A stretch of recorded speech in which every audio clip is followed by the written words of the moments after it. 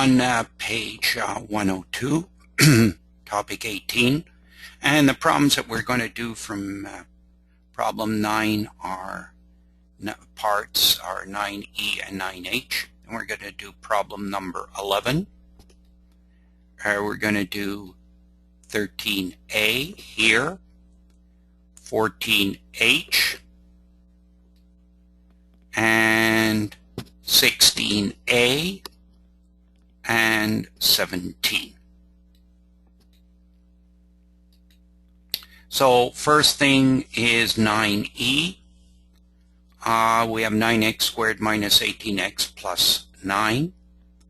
And we rewrite the problem right here. We're just rewriting it. Factor out the 9 using the distributive rule. 9 times x squared gives us 9x squared. 9 times minus 2x gives us minus 18x. And 9 times plus 1 gives us 9. Now we realize that this is a perfect square. It's x minus 1 squared. So instead of 9, we're writing 3 squared. And instead of this, we're writing x minus 1 squared. Well, there's an implied 2 here. So when we take the square root of 3 squared, we get 3. And when we take the square root of x minus 1 squared, we get x minus 1. So here's the answer. Now here, this is quite a complicated problem, so we'll try and break it down into different parts for you so that it's perhaps a little easier to understand. So first of all, what I've done is I've rewritten the problem right here. So this is just this right over here typeset. And now I'm going to separate the root 3 over x, root of 3 over x. And I'm going to write root 3 over root x. This part is the same as this part, and this part here is the same as this part over here. So now what I'm going to do is use the distributive rule. So to go from here to here, I'm going to use the distributive rule. So root 3 over root x times 1 gives me root 3 over root x. And 3 root 3, and this part will give me x root x, and that's what I've got here. So I'm multiplying this times this, and I get 3 root 3 over x root x. Now the only other thing that I've done is put the 2 here is the 2 here. Instead of writing x to the 3/2, I'm going to write the square root of x cubed, which is the same thing. So the square root of x cubed is the same as x to the 3 over 2. Don't forget there's an implied 2 here, and I can remove the root sign and divide 3 by 2 in order to, when I remove the root sign, to make it equivalent to this expression right here. Okay, so now I want to go from here to here, and again what I'm going to do is I'm going to look for a common denominator here. You see, this is over x root x, and this is over x. So I want to make a common denominator. If I multiply the top and bottom of this by x, I'll have a common denominator. So I'll have root x root 3 over x root x. Then I can combine the numerators here and have one common denominator, x root x. By multiplying x here, I get x root 3, and of course this stays the same and is 3 root 3. So here, all I'm doing in going from here to here is finding the common denominator, x root x, and I do that by multiplying the top and bottom here. This way I can combine the top, and I just have a common denominator right here. So the next step is to go from here to here, and all I'm going to do is use the distributive rule. I'm going to multiply this times the first term here. I'm going to multiply this times the first term here. And I'm going to multiply this times the first term here. Now I'm going to combine these two, and I'm also going to multiply this. So I multiply root 3 times x root x. I get x, which is on the outside, and I multiply the x and the root 3 on the denominator. So first I'm going to do this, and I'm going to multiply this times this, and I'm going to have 2x times 3x cubed within the root sign.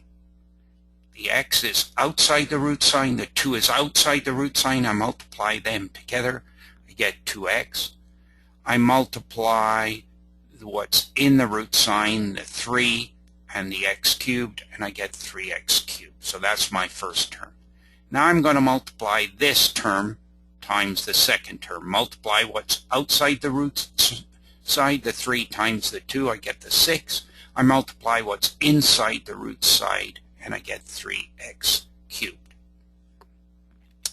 Now what I do is I'm going to take the x cubed and make it into x squared times x, and take the x outside, and I get 2x times x gives me x squared, and now I'm left with just 3x in the root sign, and I'm going to take the x squared out of here, bring it here, it'll be 6x, and inside I'll have 3x. So 6x, and inside the root I'll have 3x.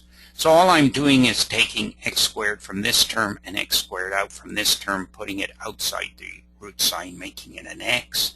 When I make it an x, I multiply 2x times x, I get 2x squared.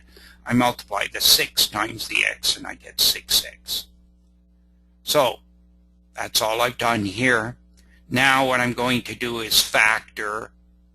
I can take out root 3x from both these terms. So I'm going to take out there. And I can factor out 2x from this term and 2x from that term. So I'm going to factor out from these two terms 2x and root 3x. And if you multiply the x times this by the distributive rule, you get the 2x squared. And if you multiply 3 times 2x, you get the 6x here and the root 3x. So what I'm doing is, as I said, from these two, this term and this term, I'm factoring out 2x root 3x here.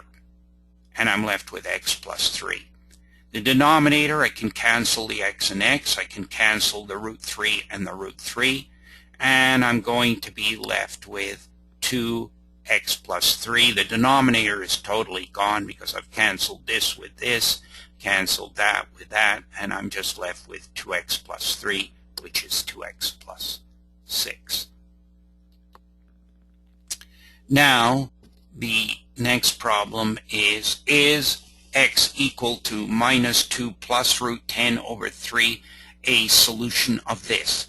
Well, if it is a solution to this, if I replaced x on the left-hand side here with this, it should equal 0. So first what I'm going to do, I'm going to substitute minus 2 plus root 10 over 3, which is just this, rewritten, in 3x squared plus 4x minus 2, which is this. So the left side is 3, and here is the x squared term. I've replaced the x with this, but it's 3x squared, so I must have the squared, plus 4x, which is right here. This is the x right here again, minus 2. Now, when this 3 is this 3, when we square this term, minus 2 times minus 2 is plus 4, and plus root 10 times plus root 10 is 10, and the inner and the outer are both minus 2 root 10, and minus 2 root 10 and minus 2 root 10 give me the minus 4 root 10. Of course, I must multiply the denominator by the denominator to give me 9. So I'm taking the first term in the numerator, squaring it, the last term in the numerator here and squaring it, I get 10. Now, when I multiply these two together, both the inner and the outer are going to be minus 2 root 10. I combine them, I get minus 4 root 10, and the denominator times the denominator gives me 9. This times this over this gives me minus 8 over 3. Plus 4 times plus 4 root 10 over 3 gives me this term, and the minus 2 is this. Now, I'm going to multiply the numerator here and get plus 12 minus 12 root 10 and plus 30. So I'm using the distributive rule, multiplying this by this by this, and this by that to give me these three terms here. The 9 stays as it is.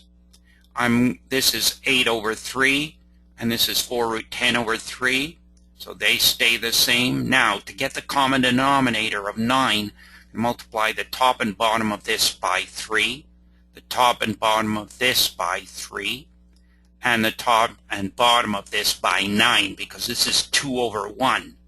If I want to make the denominator 9, 2 over 1, I have to multiply 1 by 9. If I multiply the denominator by 9, I have to multiply the numerator by 9. 9 times 2 is 18. So now I have the common denominator. Now, I could have also canceled the 3 into the 9 over here. That's another way of doing it. That's would have been okay too, but I would still have to get a common denominator here. So it doesn't make a great deal of difference. So here's the first term. This is this, this is this, this is this, and then we put everything over the common denominator. Now look what I've done here. So I've taken the plus 12 and the 30. That's 42. And minus 24 minus 18 is minus 42. This minus 12 root 10 is this minus 12 root 10.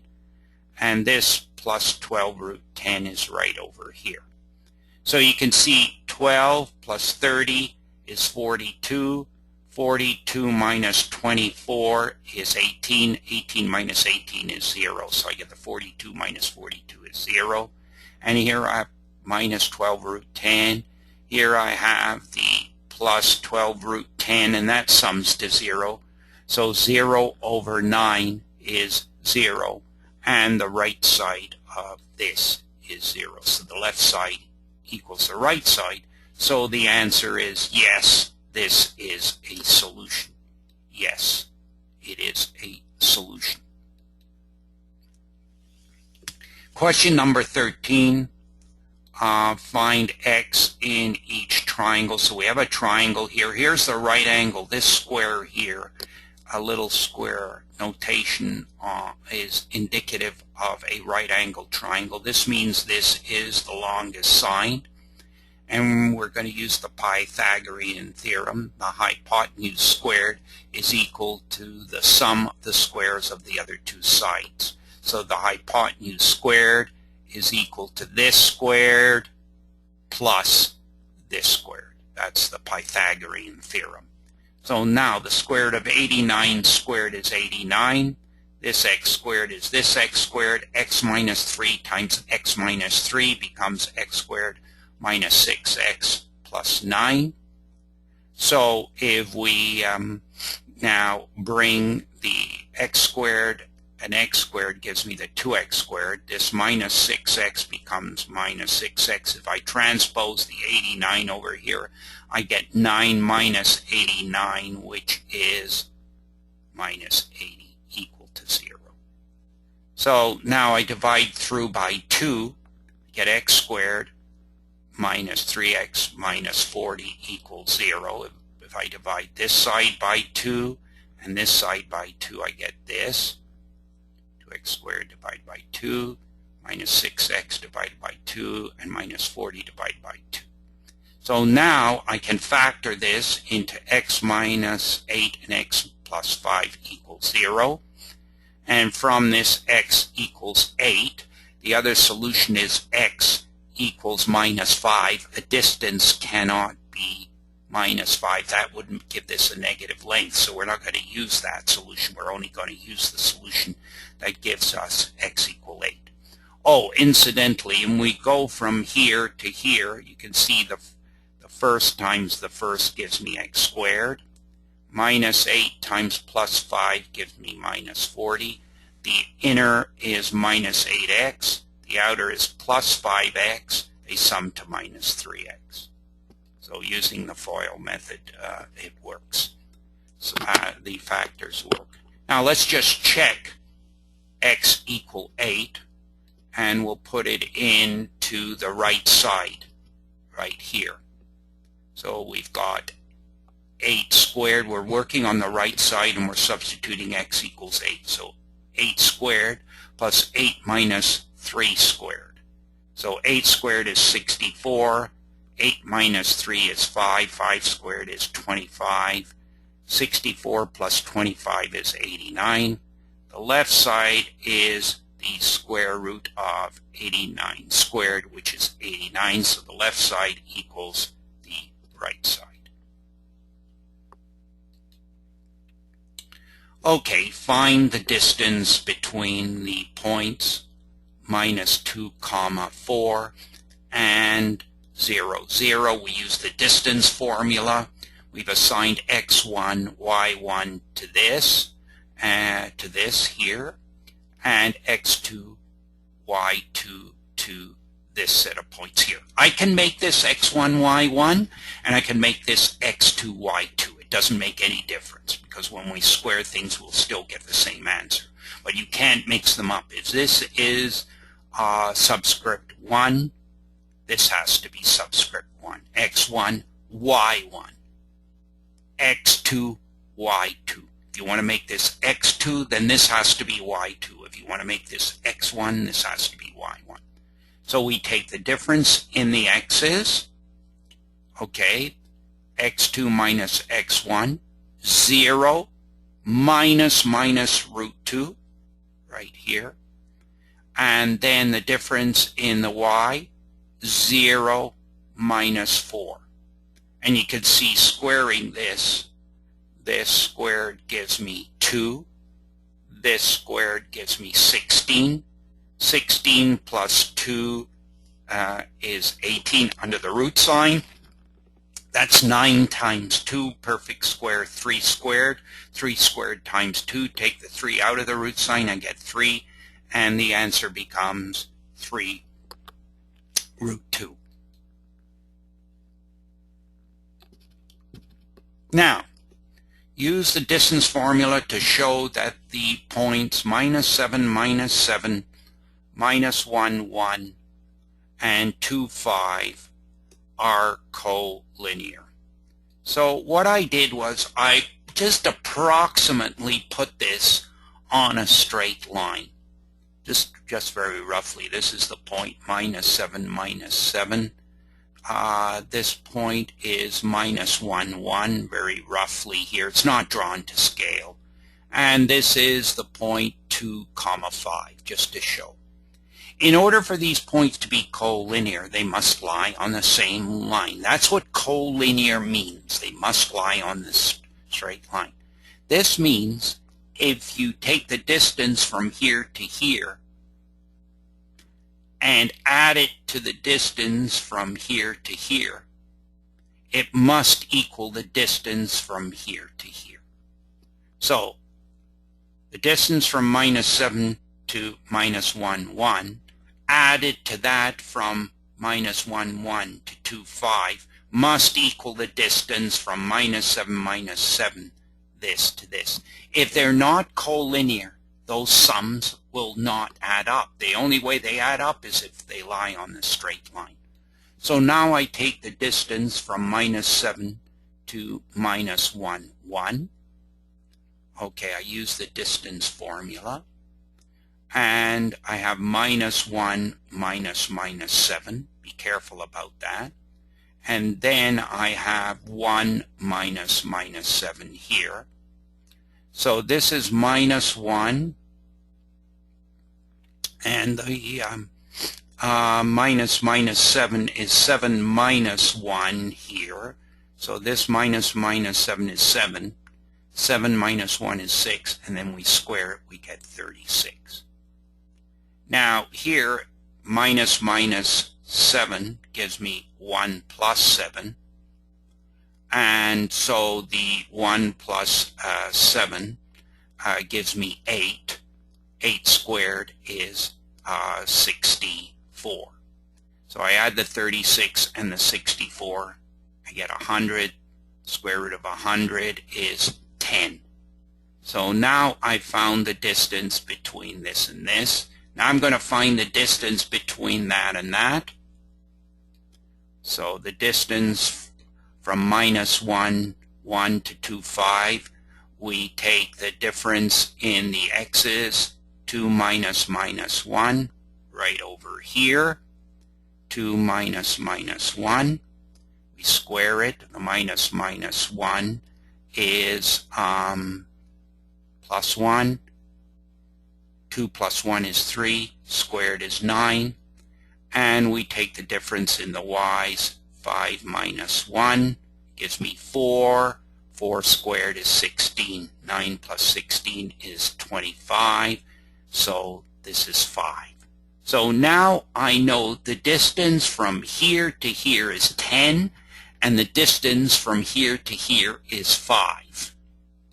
Now I'm going to take the distance from minus 7 to 2, 5. What does that mean? It's this one right here, from here to here. I'm going to do that right here. And here again, I'm going to take the difference in the x's. 2 minus minus 7 is going to give me 9, which is going to give me 81. 5 minus minus 7 is going to give me 12. 12 squared is going to give me 144. 81 and 144 is 225. That's a perfect square 15. Note, the sum of 10 plus 5 equals 15, which means the points are collinear. So the distance from here to here is 10. The distance from here to here is 5. And the distance from here to here is 15. If the points had not been lying on a straight line, they would not sum. The 10 and the 5 would not equal whatever the sum of those if they were not lying on a straight line. Okay, find the area of the right angle triangle with the vertices 1, 1, minus 3, 2, and 4, minus 4, minus 2. So here what I've done is just very roughly draw where these points lie. And it tells us it's a right angle triangle.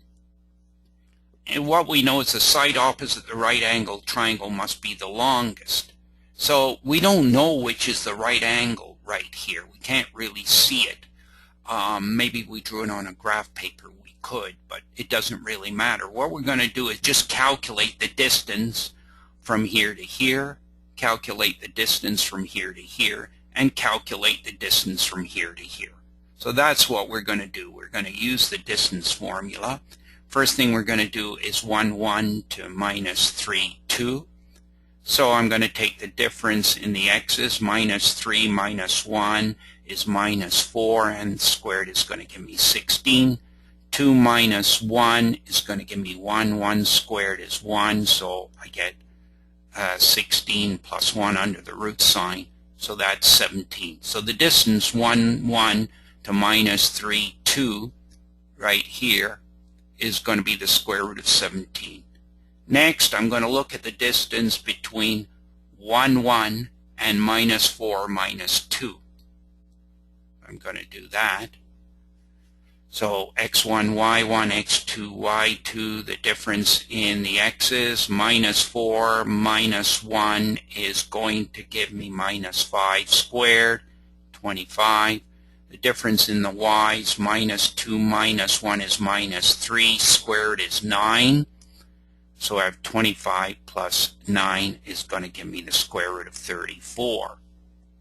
Now I'm going to take the final distance from 4, 2 from here to here. So I know the distance here is square root of 17. I know the distance here is square root of 34.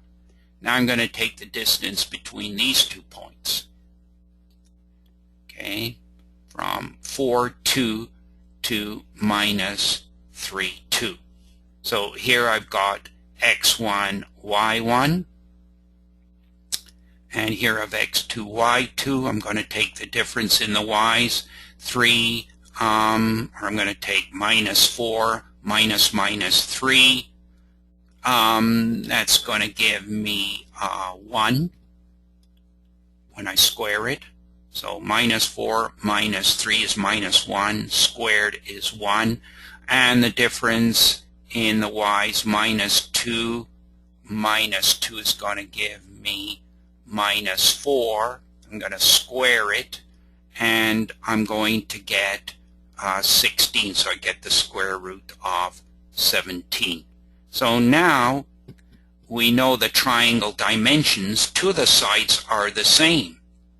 And obviously the square root of the sine has to be, the hypotenuse, the root 34, is going to have to be the longest side because it's longer than this or this. Square root of 13 is much larger than the square root of 17. So the fact that I know that 2 sides are the same, see, I calculated right here. Square root of 17, square root of 34, and square root of 17. So I can just draw the triangle like this. This has to be the longest side, and this has to be the other 2 sides.